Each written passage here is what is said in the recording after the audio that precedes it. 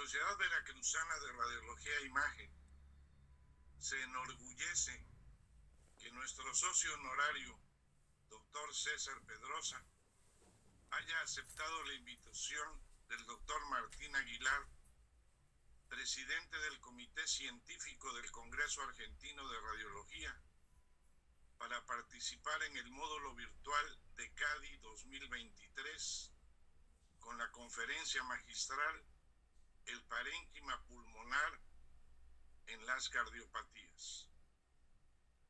La misión de la Sociedad Veracruzana de Radiología e Imagen es coadyuvar en la enseñanza y educación continua con los mejores exponentes en beneficio de la comunidad radiológica de habla hispana. Y sin duda, el doctor César Pedrosa es el referente número 1 a nivel mundial desde hace más de 7 décadas. Como siempre se necesitan dos, le cedo la cámara y micrófono a nuestro maestro y directo amigo César Pedrosa.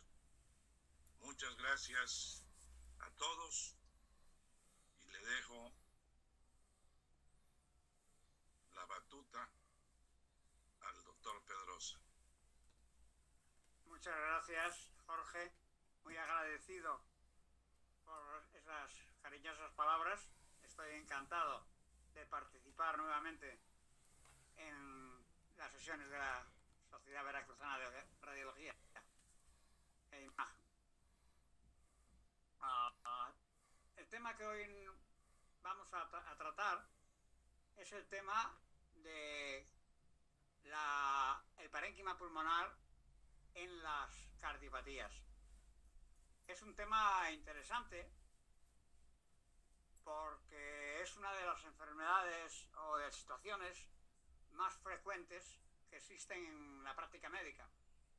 Y por eso vamos a hacer un repaso a algunos datos anatómicos de interés, seguido de las alteraciones que el patrón vascular pulmonar tiene, sobre todo en cuanto a anomalías que pueden complicar posteriormente el diagnóstico de las enfermedades cardíacas.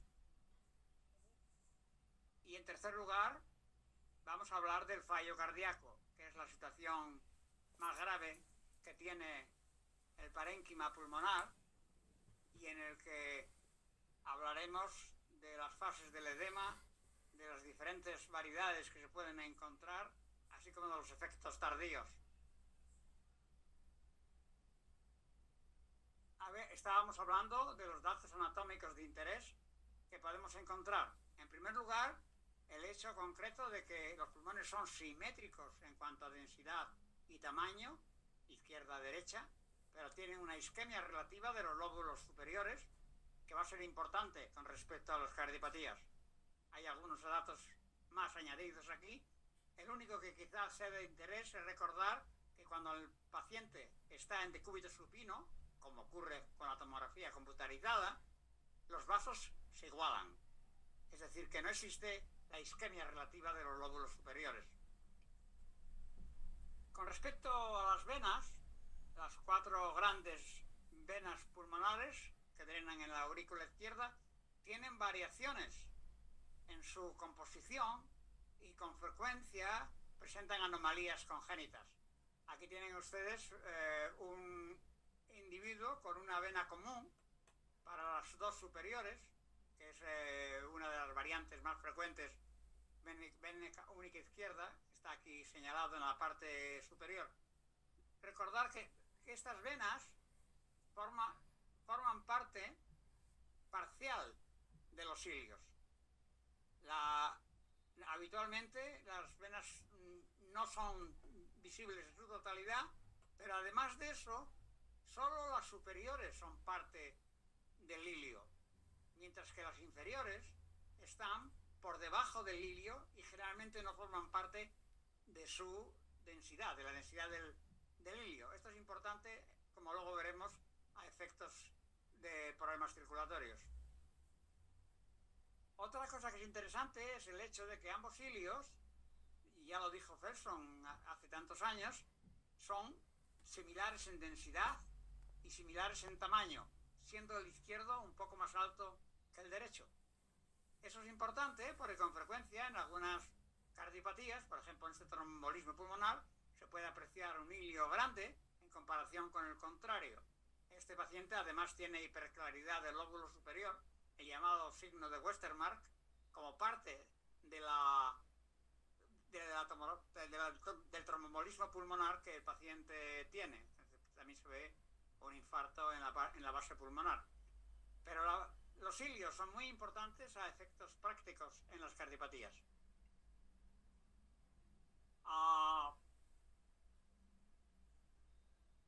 También es importante recordar la relación broncoarteria, lo llamado el gemelo del parénquima pulmonar, porque con frecuencia se puede ver el círculo del bronquio y de similar tamaño la arteria correspondiente, mientras que cuando existen alteraciones de la presión venosa pulmonar o con fallo del ventrículo izquierdo, aparecen diferencias de tamaño con la arteria mucho mayor que el bronquio, un dato que no siempre es visible porque la visualización del normal es poco frecuente. También es verdad que la arteria interlobar, la arteria intermediaria inferior del lado derecho, tiene un tamaño que se altera profundamente, por ejemplo, en el caso de un tromboembolismo pulmonar, que también tiene una joroba de Hampton aquí a la derecha. Y aquí se puede ver la arteria intermediaria, interlobar, dilatada con relación a lo que sería la normal. Otro dato también interesante desde el punto de vista de las alteraciones circulatorias es la presencia de varices en las venas pulmonares, que a veces simulan tumores en la región iliar. Estas dilataciones de las arterias, de las venas pulmonares, sobre todo ocurren en las inferiores, sobre todo en la inferior derecha, casi siempre con enfermedad mitral de larga duración, y se ha descrito en ellas tanto la rotura como tromboembolismo pulmonar a partir de ellas. Conviene recordar la imagen pseudotumoral que a veces tienen.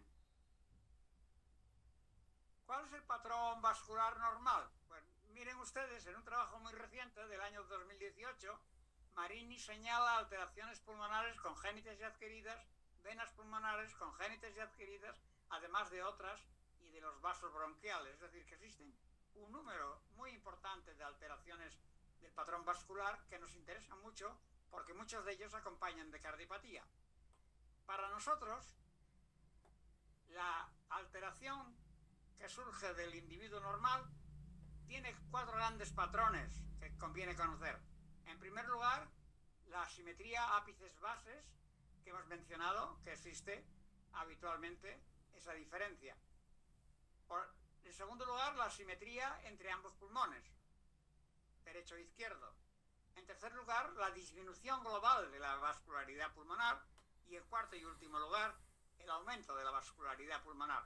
4 situaciones diferentes que, partiendo de lo normal, acompañan en muchos momentos a las cardiopatías. Vamos a pasar revista brevemente a estas alteraciones. Como ya queda dicho, Felson, y aquí me voy a permitir una pequeña digresión. Estos datos son del último capítulo del libro de Felson, que yo creo que todo radiólogo debe de leer alguna vez en su vida, porque él hace referencia a los casos que vio en Hawái cuando estaba de médico en la base militar, recién declarada la guerra, y tuvo que analizar reclutas, y entonces aprovechó para mirar la normalidad de estos reclutas, gente joven y sin patología. Y ahí pudo ver, en 1000 casos, por ejemplo, que los vasos superiores son menores que los inferiores hasta en 63% de la gente. Es decir, la isquemia relativa, ápices, bases. Pero también me demostró que muchos de ellos pueden ser iguales o que incluso pueden ser inferiores, esto está equivocado aquí, los superiores inferiores que los inferiores. No, perdón, que los inferiores más pequeños que los inferiores. Por eso, eso se puede exagerar. Por ejemplo, en el caso de enfermos con enfisema bulloso. la presencia de grandes bullas en los ápices pulmonares, el llamado pulmón evanescente, vanishing lung, que comprime los vasos hacia la parte inferior y se produce una situación de asimetría exagerada con relación al individuo normal. Lo contrario es lo que llamamos redistribución o cefalización, que es la presencia de vasos dilatados en los lóbulos superiores más que en los inferiores. Se ha descrito en la redistribución por hipertensión venocapilar, es decir, en los enfermos que tienen alteración del círculo menor. Se ha descrito también en el enfisema alfa-1 antitripsina y en algunos casos de asma agudo infantil. ¿Y cómo se presenta esto? Pues aquí tenemos algunos ejemplos, uno mínimo y dos máximos, en los cuales puede verse la franca redistribución con unos vasos de los lóbulos superiores mucho más grandes que los inferiores, que se han denominado en asta de ciervo, se han denominado de muchas maneras, pero bueno, el nombre concreto sería el de redistribución fundamentalmente. Un ejemplo típico. Y aquí tienen ustedes un ejemplo también típico en un enfermo con enfisema alfa-1 antitrypsin, de antitripsina, que produce alteraciones de las bases pulmonares con enfisema y con bronquiectasias, y eso hace que los lóbulos superiores presenten aumento de la asimetría vascular normal.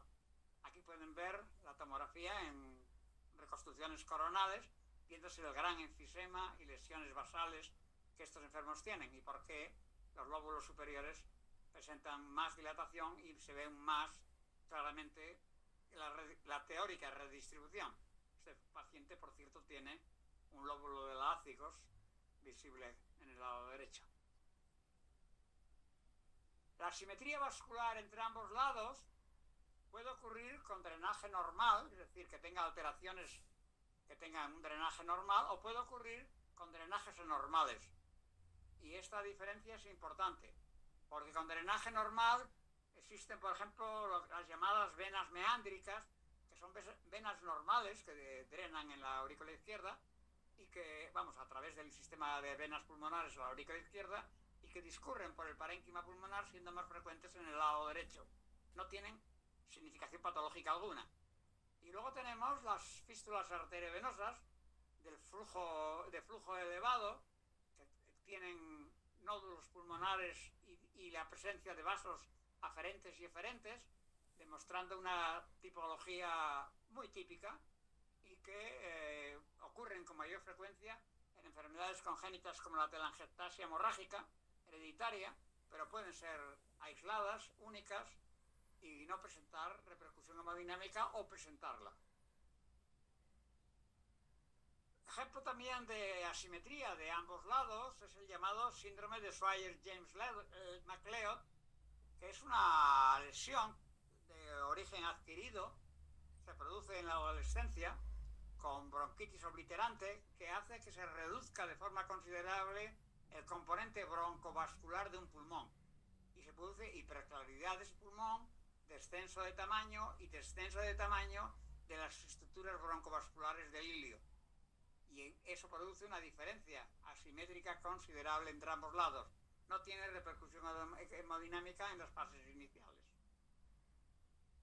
Otro ejemplo de hiperclaridad de un lado con relación al otro es el que ya lo hemos mencionado, el síndrome de Westermarck, la hiperclaridad local que sigue a la tomografía computerizada de al tromboembolismo pulmonar de un individuo que hace hiperclaridad del territorio afectado.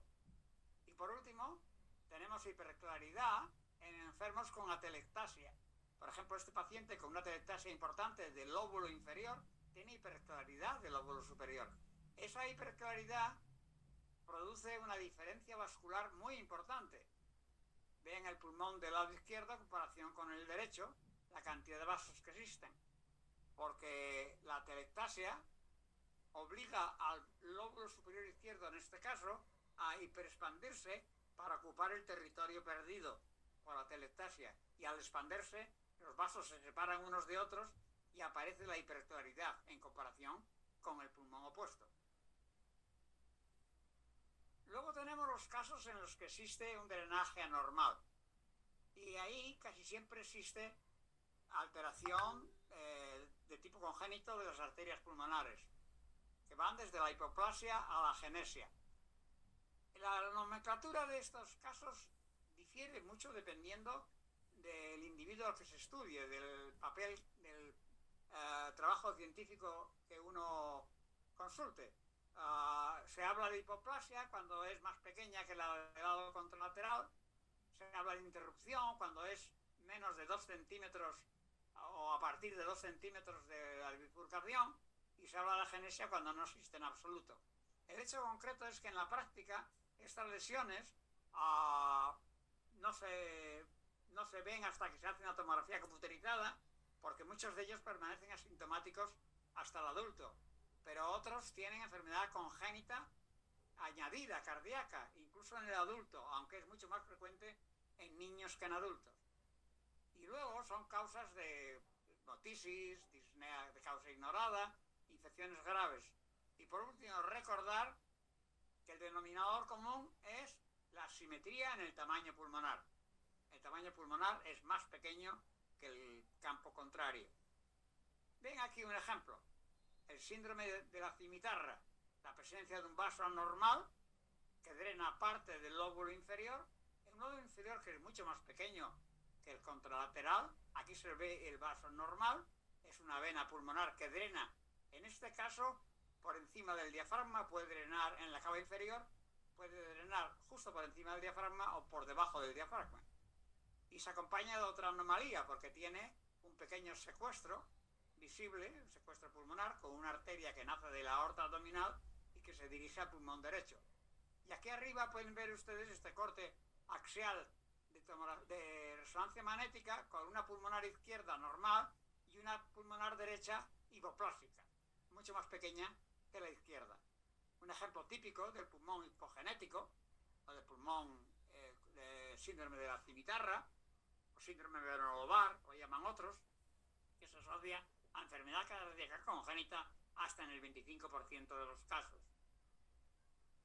Otro ejemplo, un pulmón derecho mucho más pequeño que el izquierdo, y aquí pueden ver ustedes la alteración profunda que tiene un pequeño secuestro también añadido aquí en la parte baja, pero tiene una alteración profunda de venas pulmonares y de los bronquios, porque no existía bronquio intermediario, tenía nada más que bronquios del lóbulo superior y del lóbulo inferior con un pequeño muñón a ese nivel. Y aquí se puede ver en el corte axial la hipoplasia de la arteria pulmonar derecha en comparación con la izquierda.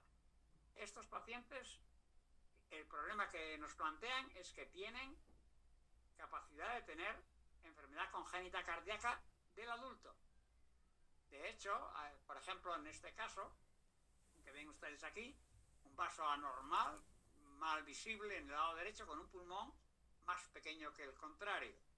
Este paciente tenía pulmonares normales, arterias pulmonares de tamaño similar en ambos lados, pero tiene un gigantesco vaso, este es el sagital y este es el coronal, que drena la mayor parte del pulmón derecho y va a la cava de manera normal por encima del diafragma. Es una variante del síndrome de la cimitarra en el que no hay alteración de la arteria pulmonar. Este enfermo estaba operado de comunicación interauricular años antes y pasó desapercibido esto hasta la edad adulta. No todo acaba aquí. Aquí tienen ustedes otro caso con pulmón pequeño, más pequeño que el izquierdo y con grandes vasos en el lado izquierdo. ¿Por qué? Porque tiene un ductus. Tiene un ductus arteriosus, aquí se ve el corte axial y aquí el corte sagital, y ese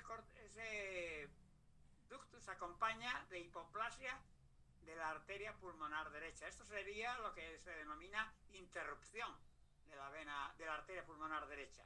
Interrupción que se acompaña también de secuestro pulmonar en el lado derecho y con vasos anormales, porque tiene una circulación bronquial muy importante para compensar. Esta es la circulación bronquial que tiene.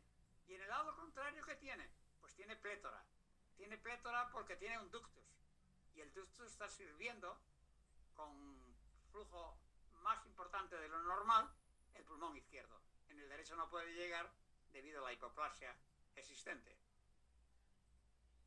Y aquí tenemos los cortes axiales con ventana de pulmón de este paciente, mostrando la red reticular del lado derecho por las bronquiales dilatadas, y en el lado izquierdo que tiene aumento de los vasos y alguna bulla acompañante.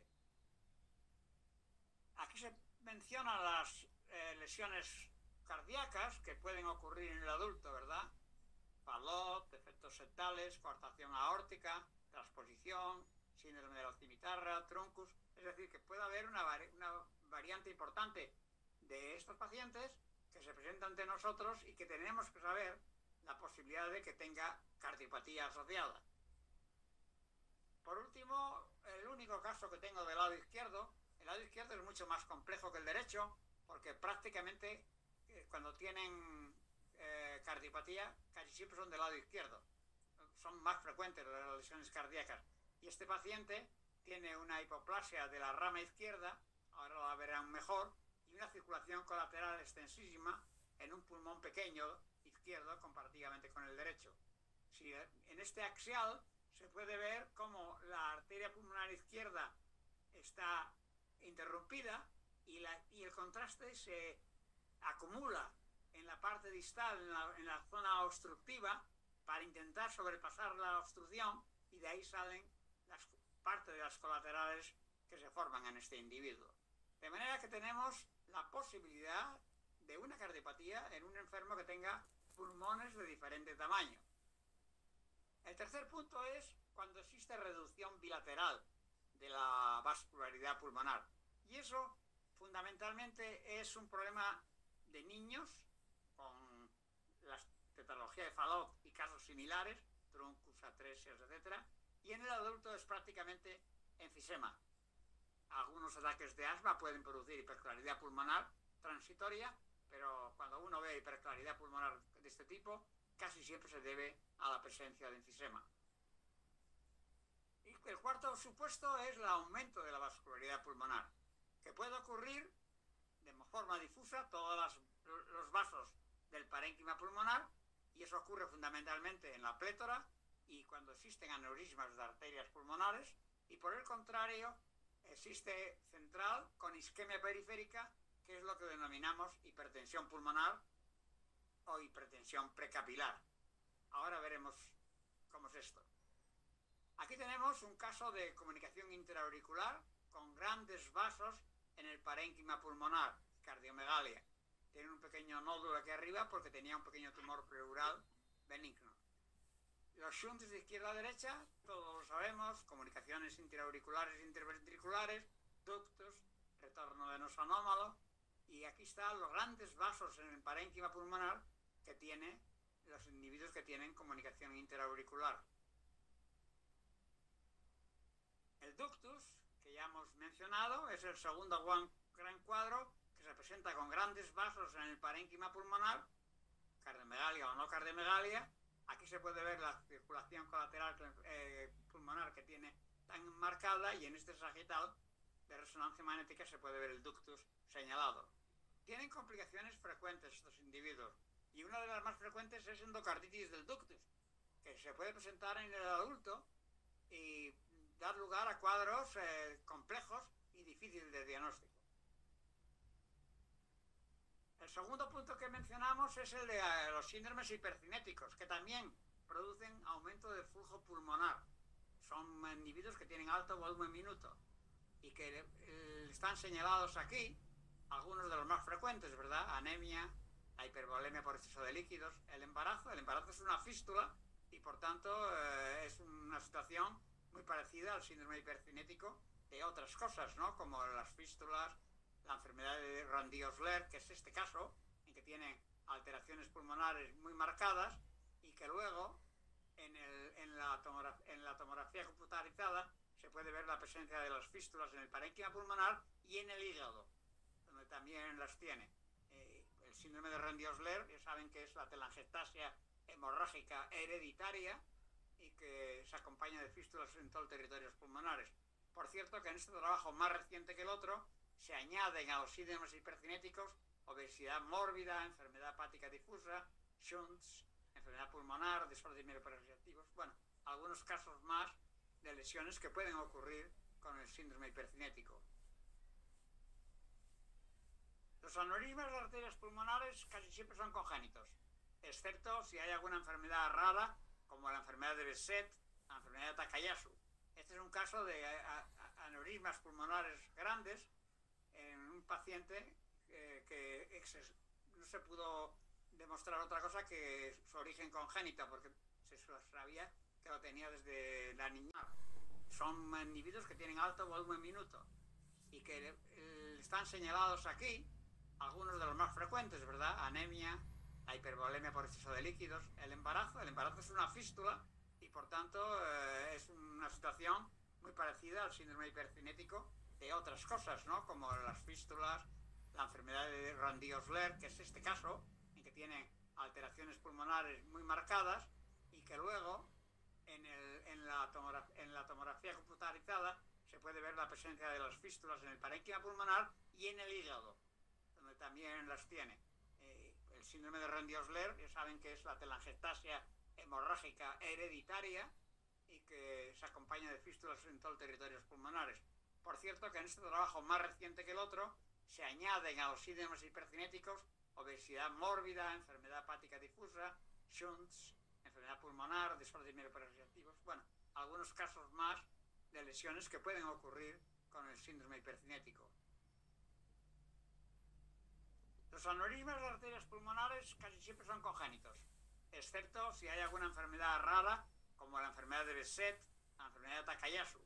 Este es un caso de aneurismas pulmonares grandes en un paciente que no se pudo demostrar otra cosa que su origen congénito, porque se sabía que lo tenía desde la niñez y nunca se pudo demostrar ninguna enfermedad añadida. De manera que se consideró, se etiquetó como un caso de aneurisma de arterias pulmonares de origen congénito. Aquí habla un poco de los enfermos que tienen aneurismas congénitos y aneurismas adquiridos, que como ven fundamentalmente son vasculitis, etc. Bien, todos estos cuadros se acompañan a veces de hipertensión pulmonar arterial. La hipertensión pulmonar arterial se mide habitualmente como mayor de 25 milímetros de mercurio, medido en el corazón derecho, incluso se habla de que sea menos de 20, y tiene diferentes causas. En este dibujo de De Foley, publicado en el 2020, se puede ver los capilares del lecho pulmonar, el lado izquierdo del corazón y el lado derecho. Y se puede ver que hay causas, tanto por del lado izquierdo como del lado derecho, como del propio lecho pulmonar. Las vamos a ver ahora. ¿Qué produce la hipertensión pulmonar arterial? En primer lugar, aumento de la pulmonar principal, con reducción de las arterias pulmonares en la periferia. Ese aumento, quiero recordar que en el análisis coronal, o sea, el que corresponde a la radiografía de tórax, el diámetro de la aorta, del botón aórtico, y el diámetro de la pulmonar han de ser similares en tamaño en el normal. Cuando es más grande la pulmonar que el arco aórtico, que el botón aórtico, hay que considerar la posibilidad de que haya una lesión de arterias pulmonares. La más frecuente, hipertensión pulmonar arterial, que esta es la radiografía, con pulmonares bastante grandes en el centro y periferia ausente de vasos. Y aquí se puede ver la arteria bronquial de ese paciente.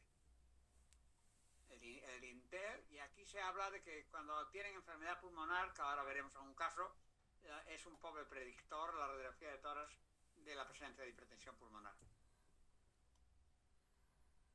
Se acompaña a esto de disfunción del ventrículo izquierdo. ¿Cómo la conocemos nosotros? Bueno, en tomografía computerizada, el ventrículo izquierdo es más grande casi que el derecho y existe inversión del tabique que se curva hacia el lado izquierdo, hacia el ventrículo izquierdo, y tiene una disposición curva. Esa disposición curva es típica de la presencia de disfunción del ventrículo derecho y por tanto acompaña habitualmente a las hipertensiones arteriales locales. y se acompaña de otros signos, por ejemplo, reflujo en las suprahepáticas, como parte del síndrome de disfunción del ventrículo derecho, que no funciona bien y por tanto hay retraso en la llegada de la sangre al lado derecho del corazón. Por último, patrón hemosaico, otro dato más frecuente en la hipertensión pulmonar arterial, sobre todo en el grupo de TEP crónico, que ahora veremos, en el cual el paciente muestra áreas de diferente densidad, unas densas y otras menos densas, y que corresponde habitualmente a la presencia de alteraciones vasculares en el parénquima pulmonar. Aquí se puede ver la pulmonar aumenta de tamaño, también aquí, y la presencia de hiperclaridad pulmonar distal. El que se vea en la radiografía simple el patrón hemosaico es poco habitual. Tiene que ser muy acusado para que se pueda ver. Hay 4 grandes grupos de hipertensión pulmonar arterial. El primero, el que está en el centro, el capilar, incluye hereditaria, idiopática, inducida por drogas, enfermedades de tejido conectivo, una serie de lesiones y los retornos venosos anómalos.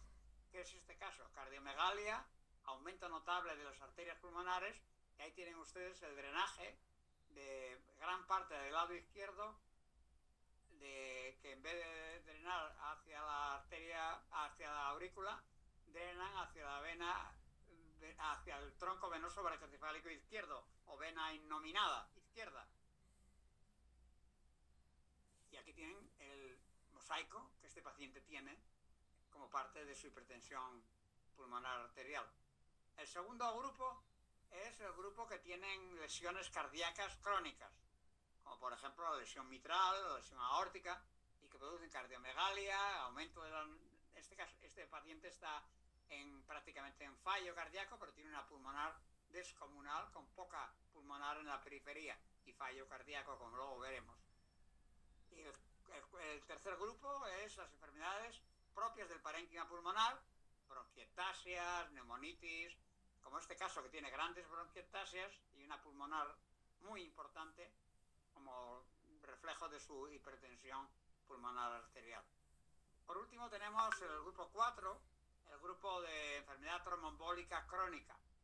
Muchos casos pasan desapercibidos. No es frecuente, pero con frecuencia. No es frecuente, pero no relativamente infrecuente.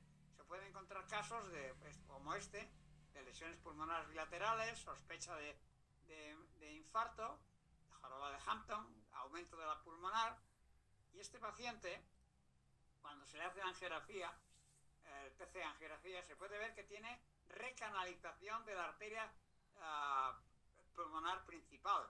Es decir, esta arteria, esta presencia de lesiones en todos los bordes es porque se está recanalizando lo que era una arteria con un trombo y que ahora está reorganizándose para intentar superar el trombo. Frecuente en los casos de tromboembolismo con hipertensión pulmonar. Y por último queda el grupo de misceláneas, sarcoidosis, histiocytosis X, etc. Este es un caso de sarcoidosis con una gran pulmonar, lesiones pulmonares broncovasculares centrales, muy típicas en el sarcoide, con una pulmonar muy grande, tiene más de 3 centímetros de diámetro, y aquí tienen ustedes las lesiones pulmonares con la arteria pulmonar grande y las lesiones broncocéntricas, que son típicas de las lesiones broncovasculares que ocurren en el sarcoide evolucionado. Y ahora pasamos a la tercera parte, el fallo cardíaco. Una situación que se define como un síndrome clínico multifactorial en el que el corazón no es capaz de conseguir el volumen necesario para las demandas del cuerpo en el estado hemodinámico requerido. Esto quiere decir que depende del requerimiento que le hagamos al corazón para responder o no. Es frecuente, pero sobre todo en individuos por encima de 65 años sube de manera importante, de 320 a 100 por 1000 individuos por encima de 65 años. Y tiene 2 grandes variantes.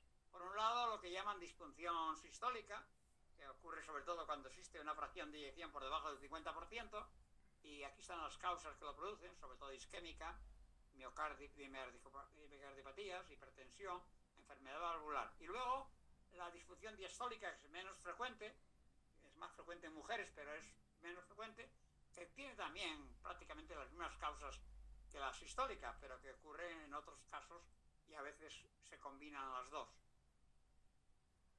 Las causas de fallo cardíaco. Aquí tienen ustedes el estudio famoso de Monster, que incluye 3 grandes revisiones, sobre todo del Framingham, que es un estudio muy clásico en cardiología.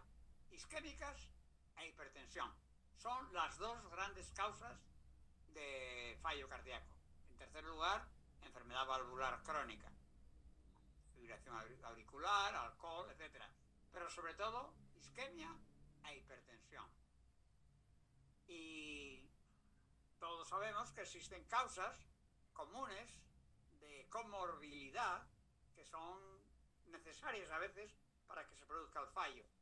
Las cardíacas, hipertensión, enfermedad coronaria, aquí se vienen las mismas causas prácticamente que están aquí. Pero también las hay no vasculares, enfermedad renal crónica, desórdenes electrolíticos, sobre todo diabetes, obesidad, caquexia, sarcopenia, el desgaste muscular extenso, EPOC, es decir, que hay una serie de lesiones no cardíacas que ayudan a que se produzca el fallo.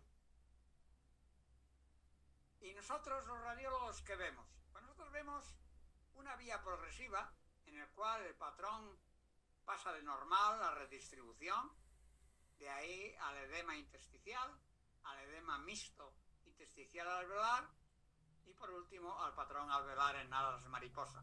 Y una vía instantánea en la cual el patrón alveolar aparece de repente y se acompaña de fallo y al final o se resuelve o entramos en lo que se llama fallo cardíaco crónico. Alguna gente lo llama insuficiencia cardíaca congestiva, pero en realidad todo este cuadro es insuficiencia cardíaca congestiva, ya desde el primer momento. La congestión existe desde el momento que aparece el edema intersticial. Por último, vamos a tocar también algo sobre los efectos tardíos del éxtasis en el parénquima pulmonar. El fallo cardíaco, cuando la presión venosa pulmonar sube a 20 o 25 milímetros de mercurio, aparece la extravasación de líquido al espacio intersticial. Y eso lo primero que produce son hilios borrosos, en el cual los vasos no se distinguen bien y aparecen pequeños derrames lamelares, de derrames pequeños, también en las fisuras, y aparecen líneas de Kerley. Y aquí tenemos el TAC de este paciente hecho al día siguiente, en el cual ya hay edema intersticial prácticamente visible en todo el parénquima pulmonar. Aquí se puede ver líneas de Kerley, tractos vasculares aumentados, engrosamiento de la pared bronquial, lo que se llama el bronchial coughing, derrames lamelares, edema subpleural, borrosidad, bueno, etcétera, etcétera. ¿Cómo son las líneas de Kerley? Vamos a hacer un recordatorio de las líneas de Kerley. En primer lugar, líneas finas blancas radiadas desde los cilios por engrosamiento de septos, que son estas líneas que salen de los cilios. Líneas A. Las líneas B son líneas que ocurren en las bases pulmonares, horizontales, de pequeño tamaño y que en número de 4, 5, 6 aparecen en la base pulmonar. La línea C son líneas entrelazadas que dan lugar a este aspecto reticular en el parénquima pulmonar y que ocurren a la vez que las A. Y por último las D, que son líneas en la radiografía lateral, iguales que las B, pero en la parte retroesternal. Y a veces también pueden darse a la altura de la columna. Son laterales y ocurren en los bordes pulmonares, por eso se ven en la región anterior, líneas D. Estas líneas son parte de lo que podemos encontrar en radiografía simple y en tomografía computerizada. En este estudio, que se estudiaron 18 signos de TC, los hallazgos más frecuentes fueron cardiomegalia, engrosamiento de septos interlobulillares, derrames pleurales bilaterales, aumento del diámetro vascular y opacificaciones en vídeo del ilustrado, pequeñas densidades en el parénquima pulmonar. Esos son los signos que se pueden encontrar en tomografía computerizada. La ausencia de estos signos, baja probabilidad de fallo. La presencia de un signo, muy probable fallo. Dos signos, fallo prácticamente cierto. Aquí tienen ustedes un ejemplo de patrón reticular por aumento de los septos interlobulillares que dan este aspecto poligonal al parénquima pulmonar debido a la presencia de líquido en los septos interlobulillares. Aquí se puede ver el mismo paciente en radiografía simple, tiene pequeños derrames pleurales, cardiomegalia y lesiones pulmonares bilaterales que oscurecen los vasos y que no dejan ver bien el parénquima pulmonar. Y puede verse en las reconstrucciones coronales el patrón septal intenso que existe. En este otro estudio que presento aquí, Müller-Ranke, se estudian todos estos signos, que son los signos que ya hemos visto hasta ahora: cardiomegalia, redistribución, borrosidad, manguito, líneas de Kerley, etcétera, etcétera, y se pudo ver que la mayoría tiene una sensibilidad bajísima, pero tiene una alta especificidad, todos ellos. Y el único que tiene una gran sensibilidad, bueno, una sensibilidad superior al 50% es la cardiomegalia. Esto es importante recordar, porque quiere decirse que ante la sospecha de fallo cardíaco, la cardiomegalia es muy importante. Pero no siempre existe. Aquí tienen un ejemplo de edema pulmonar bilateral sin cardiomegalia. ¿Cuándo ocurre esto? En los individuos que hacen infarto de miocardio antes de que lleguen al hospital, o a la vez que llegan al hospital, aún no han tenido tiempo de hacer cardiomegalia. Si el infarto se ha producido de manera brusca, muchas veces llegan a urgencias y pueden tener edema pulmonar, como se puede ver aquí, o edema pulmonar o incluso derrames pleurales acompañantes y sin cardiomegalia, como en este caso. Este paciente tenía una severa lesión aórtica e hizo una angina aguda con un infarto a continuación debido a una estenosis severa con un fallo de débito importante sanguíneo. En este trabajo se estudiaron 4 signos: la congestión venosa, las líneas B de Kerley, los derrames pleurales y el edema alveolar. Y solo coinciden en el 33% de los casos. De manera que esto quiere decir que tenemos que estar atentos a la presencia de cualquiera de los signos por separado, porque no podemos esperar a que se junten, porque se juntan en pocos casos. Y este es un ejemplo típico de enfermo que ha pasado de la lesión intersticial a lesiones mixtas, en las cuales ya existe paso al alveolo del líquido del edema. Y ahora enseñaré aquí. Tiene líneas de Kerley, pero vean ustedes cómo tiene ya pequeñas condensaciones, pequeñas consolidaciones pulmonares, pues debido al edema mixto alveolo intersticial que presenta como parte del cuadro al elevarse la presión hasta niveles ya de 25-30 milímetros de mercurio. Y por último tenemos la vía instantánea, la vía en alas de mariposa. La vía en alas de mariposa aparece muchas veces sin fase intersticial previa, aparece de repente. Algunos pacientes hacen el edema pulmonar agudo y hacen sus alas de mariposa sin haber pasado por las fases iniciales. Estos pacientes tienen un detalle importante, que es su rápida evolución, tanto en la aparición como en la desaparición, porque es agua, y si se trata adecuadamente desaparece rápidamente. Este paciente prácticamente en 5 días ha desaparecido todo, aunque aquí pueden ver cómo casi un mes más tarde, todavía presenta edema en forma de lesiones en vídeo desilustrado en ambos pulmones. ¿Qué excepciones hay a las alas de mariposa? Bueno, en primer lugar, a veces tiene un aspecto parcheado. Este paciente, con un infarto también de miocardio, que tiene cardiomegalia y tiene lesiones pulmonares que parecen como parcheadas. Se puede ver aquí, tanto en el corte axial como en las reconstrucciones coronales. Si se fijan de lejos, en realidad hay un patrón en alas de mariposa, con la periferia pulmonar menos afectada que la zona central, pero es un edema parcheado en un enfermo con una enfermedad coronaria severa y con un infarto de miocardio agudo. O sea que puede producirse de vez en cuando imágenes raras. ¿Por qué se producen las imágenes raras? Bueno, por ejemplo, aquí tienen ustedes un paciente con cardiomegalia y que tiene una consolidación del lóbulo superior derecho. Pero si se fijan bien, también tiene lesiones periliares.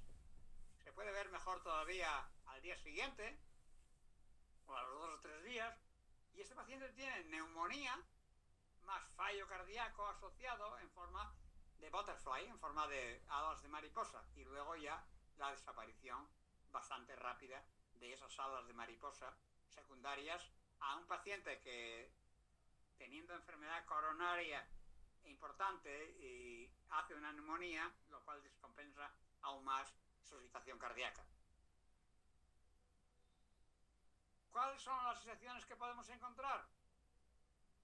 La presencia de edema más marcado en un lado que en otro, y ocurre fundamentalmente en la insuficiencia mitral, pero ocurre fundamentalmente en los individuos que tienen infarto de miocardio y se lesionan los músculos papilares de la mitral, porque se produce necrosis a ese nivel, y entonces aparece la regurgitación mitral, aparece la insuficiencia mitral, y da la casualidad de que el chorro de salida de la insuficiencia mitral, lo primero que encuentra es las venas de los lóbulos superiores enfrente, y de ahí se produce edema, que fundamentalmente es en el lóbulo superior derecho, la mayoría, aunque puede haber en otros.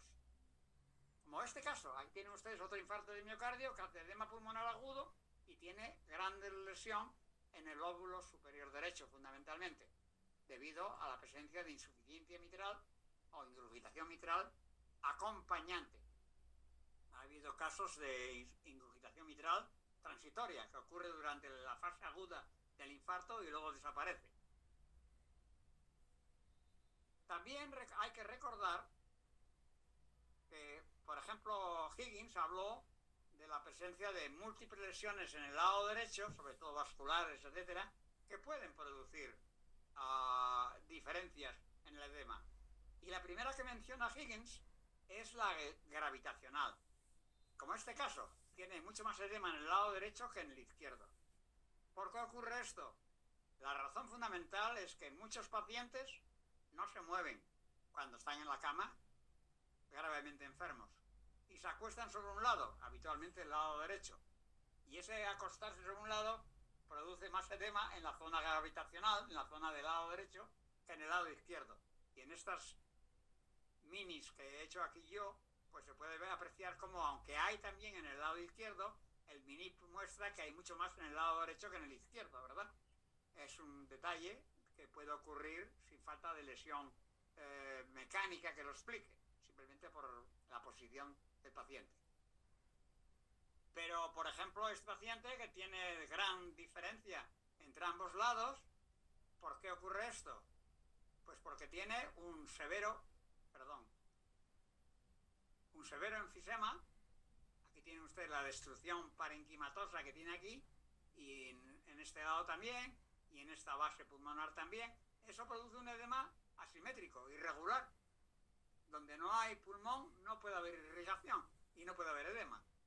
Lo mismo ocurre en este paciente que tiene un patrón de edema pulmonar asimétrico y completamente irregular, con lesiones que ocurren en ambos lados de manera poco precisa. Quizás en este lado hay un poco más de tendencia al patrón mariposa, en alas de mariposa, y este paciente tiene TEP, tiene tromboembolismo pulmonar. Ahí tienen un émbolo, aquí tienen otro, tienen émbolos pulmonares múltiples. Y donde hay émbolos no hay irrigación, y cuando no hay irrigación pulmonar, pues no puede haber edema. De manera que también es una causa de distribución asimétrica del edema.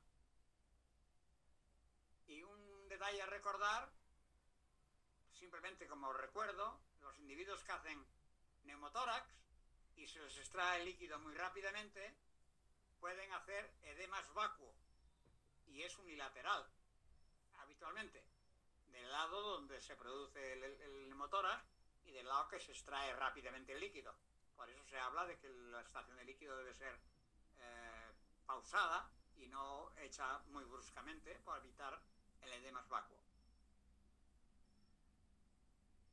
Y todo esto nos lleva a veces a estos enfermos que entran en insuficiencia cardíaca crónica. Alguna gente lo llama esto insuficiencia cardíaca congestiva. Ya he dicho que ya es todo. Y son enfermos que tienen cardiomegalia y derrames pleurales funcionales, porque el ventrículo tiene incapacidad para rellenar habitualmente del lado donde se produce el neumotórax y del lado que se extrae rápidamente el líquido. Por eso se habla de que la extracción de líquido debe ser pausada y no hecha muy bruscamente para evitar el edema vacuo. Y todo esto nos lleva a veces a estos enfermos que entran en insuficiencia cardíaca crónica. Alguna gente lo llama esto insuficiencia cardíaca congestiva. Ya he dicho que ya es todo. Y son enfermos que tienen cardiomegalia y derrames pleurales bilaterales, y tienen hepatomegalia, y tienen edemas en las piernas, de tal manera que uno reconoce estos cuadros con mucha facilidad, ¿verdad? Y aquí se menciona síndrome clínico complejo, que ocurre con alteraciones estructurales y funcionales, porque el ventrículo tiene incapacidad para rellenarse bien y para impulsar la sangre también. Y estos pacientes tienen criterios mayores de insuficiencia cardíaca crónica, que son casi todos ellos, menos la cardiomegalia, que es el radio de tórax, son clínicos, y luego tiene criterios menores en los que se incluye la hepatomegalia y los derrames pleurales.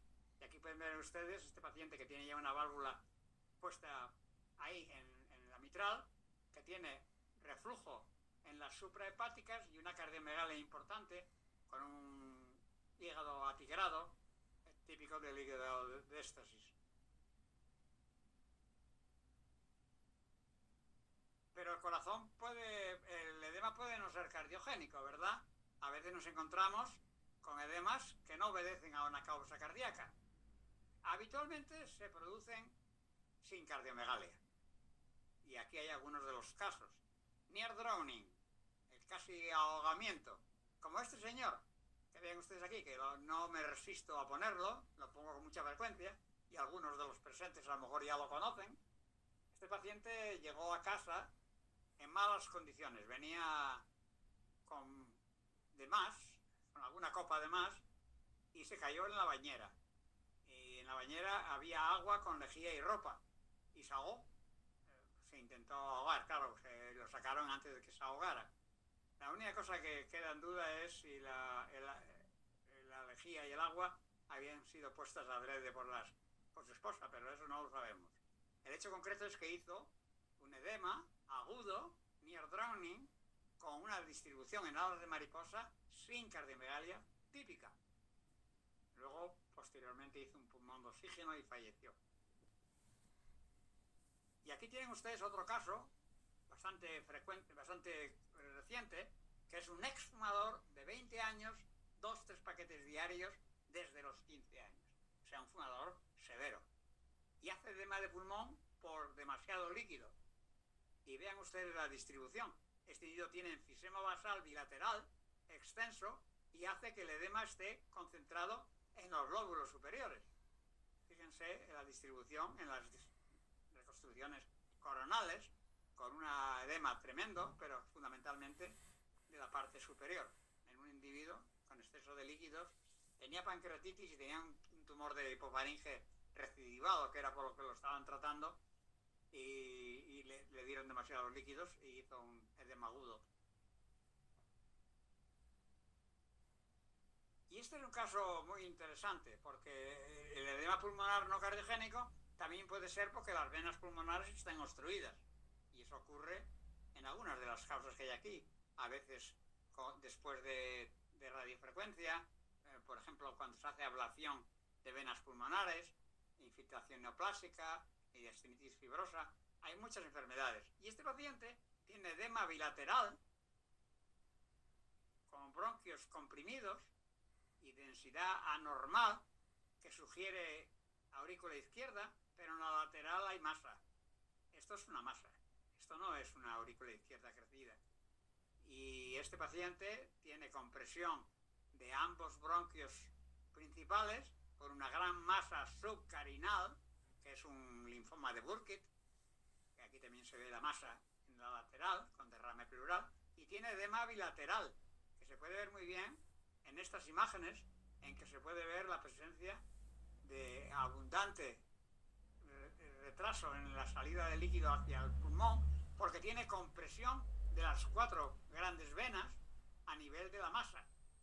Y esto es un efecto que sugiere, se parece a la enfermedad veno-oclusiva, en el sentido de que la sangre no puede llegar a la aurícula izquierda debido a la masa, y ello hace que tenga edema bilateral. Simuladores, hemorragia pulmonar, por ejemplo, este paciente que tiene una especie de imagen en alas de mariposa, es debido a hemorragia pulmonar,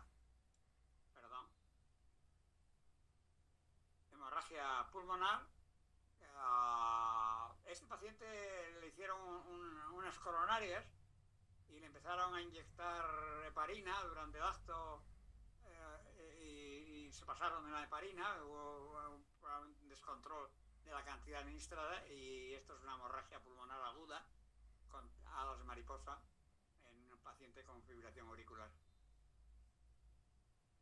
¿Y cuáles son los efectos tardíos que también tenemos que conocer? Bueno, en primer lugar, los tumores fantasmas. Los individuos que hacen fallo acumulan líquido en las fisuras. La más frecuente, en el lado derecho. El tumor fantasma de la horizontal, de la fisura menor del lado derecho. Pero también se puede ver en la fisura mayor izquierda, como en este caso, a veces en las dos. Fundamentalmente se dan en el fallo cardíaco, pero se han visto en otros fallos con líquido abundante, ¿no? Ascitis, etcétera, que también pueden presentar líquido en el pulmón y a veces hacen tumores fantasmas. Pero siempre, casi siempre, es secundario a la presencia de fallo cardíaco previo cuando uno ve el tumor fantasma.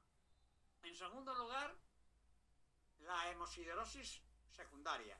Los pacientes que tienen hipertensión venocapilar, hipertensión del círculo menor, como esta mitral, aquí está la orejuela, la aurícula izquierda grande que se ve, la redistribución, y tiene un punteo fino en el parénquima pulmonar, que ahí se ve la calcificación de la válvula, que es debido a macrófagos rellenos de sangre que acaban por dar sombra por la cantidad de hierro que tienen. Y eso produce un patrón milimétrico de tamaño pequeñísimo en el parénquima pulmonar, hemosiderosis secundaria. Todos sabemos que existe una hemosiderosis primaria de origen congénito, que no tiene nada que ver con esto, que es secundario al éxtasis crónico de los pulmones en hipertensión venocapilar sostenida. Y otra causa es la presencia de osificación pulmonar. Este paciente tiene nódulos en la parte de abajo, en un paciente con una lesión mitral aórtica, tiene redistribución, tiene cardiomegalia, tiene una aurícula izquierda muy grande, tiene derrames lamelares, fisurales, y aquí tiene unos nódulos, verán aquí que tienen hasta 176 unidades Hansfield.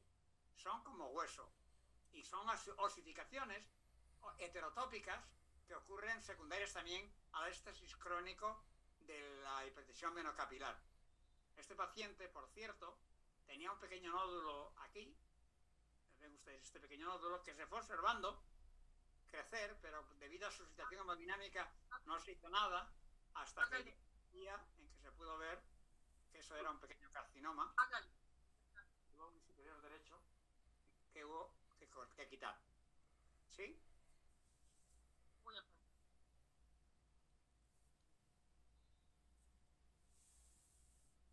Bueno, para recordar, la circulación pulmonar normal es mayor en los lóbulos inferiores. La primera respuesta al aumento de la presión pulmonar es la redistribución, con aumento de los vasos de los lóbulos superiores. Puede existir asimetría de la circulación pulmonar sin alteración de tamaño pulmonar en presencia de fístulas arteriovenosas. La asimetría de la circulación pulmonar con alteración de tamaño debe alertar sobre interrupciones congénitas de las arterias pulmonares. La reducción bilateral de la circulación pulmonar en el adulto es típica del enfisema. La circulación pulmonar aumentada en los dos pulmones es típica de la plétora, que ocurre fundamentalmente en los shunts izquierda-derecha. También, cuando existe centralmente con isquemia periférica, es típica de la hipertensión pulmonar arterial. Con el aumento de la presión se produce extravasación de líquido al espacio intersticial, lo que se traduce en la aparición de las líneas de Kerley, borrosidad de los vasos y engrosamiento de la pared bronquial. Si la presión sigue aumentando, hay extravasación de líquido o de espacio aéreo y la aparición del edema pulmonar alveolar, muchas veces con la imagen típica en alas de mariposa. La asimetría del edema pulmonar se debe en primer lugar a la regurgitación mitral que sigue a la lesión de los músculos papilares posinfarto de miocardio. El éxtasis crónico de algunas cardiopatías lleva a la aparición de hemofibrosis pulmonar secundaria y a la osificación heterotópica. Muchas gracias.